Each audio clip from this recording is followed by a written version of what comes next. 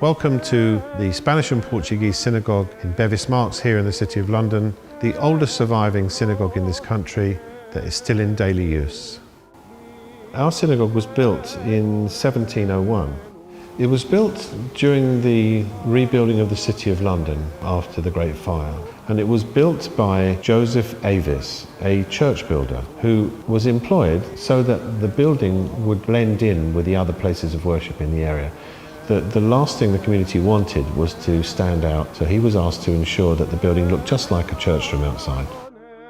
The reason the synagogue is located where it is because when the planning permission was applied for, the authorities insisted that the synagogue should not be visible from the street. So it's hidden away in this courtyard and has been for over 3 centuries now.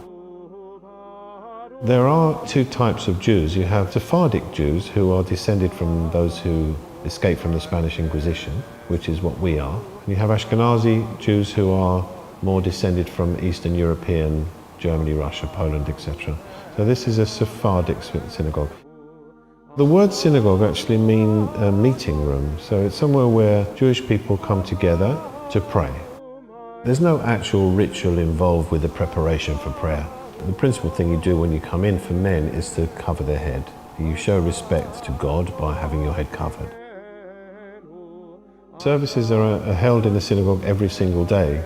So you have an early morning service midweek for those who work in the City of London. Then of course on the Sabbath and festivals the services are longer. But there are services here every day of the week, 365 days a year.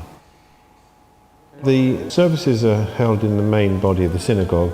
There's a central reading platform called the Teva, which is where the service is conducted from. The reason the reading desk is in the center is very much a Sephardi tradition. Early Sephardi synagogues are based on the layout of the temple in Jerusalem, where the reading desk was in the center. Now, more modern synagogues will have the reading desk in front of the ark, so that all the seats can face forward. As you notice, our seats face inwards, and that's so that we don't have our back to the reading while it's taking place. Men and women pray separately, much the same as they do in Islam. So the men are downstairs, the ladies are in the gallery. But during the services we pray alone.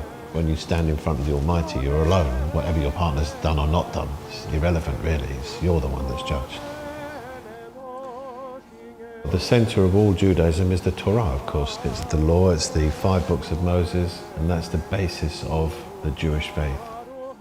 All synagogues have an ark because you must have the Torah, and it's got to be kept in a place that is appropriate, and it's got to be treated with an incredible amount of respect.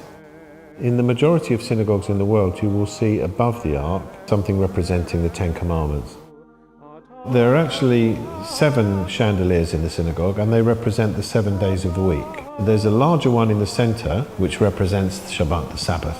There's no religious significance in the candles. We do light them, but for effect these days, for things like weddings and the festivals and special occasions, because it looks so amazing. And actually there's one other numerical thing in the synagogue, that's the number of columns that support the ladies' gallery. There are 12 of them, and they represent the 12 tribes of Israel.